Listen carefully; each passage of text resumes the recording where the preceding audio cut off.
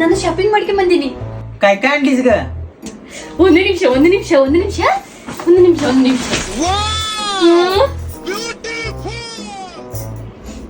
ಐದು ಸೀರೆ 17,479 ರೂಪಾಯಿ. ಮೇಕಪ್ ಕಿಟ್ 17,099 ರೂಪಾಯಿ.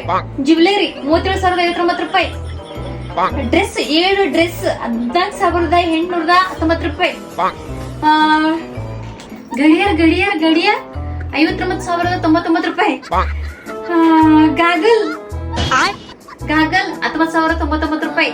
ಇಲ್ಲಷ್ಟು ಸೇರಿ 51,222 ರೂಪಾಯಿ.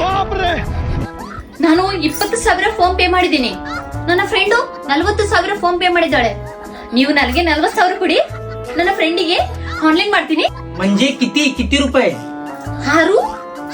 6,000 6,400. 60,000 रुपयाचं शॉपिंग केलेस तू?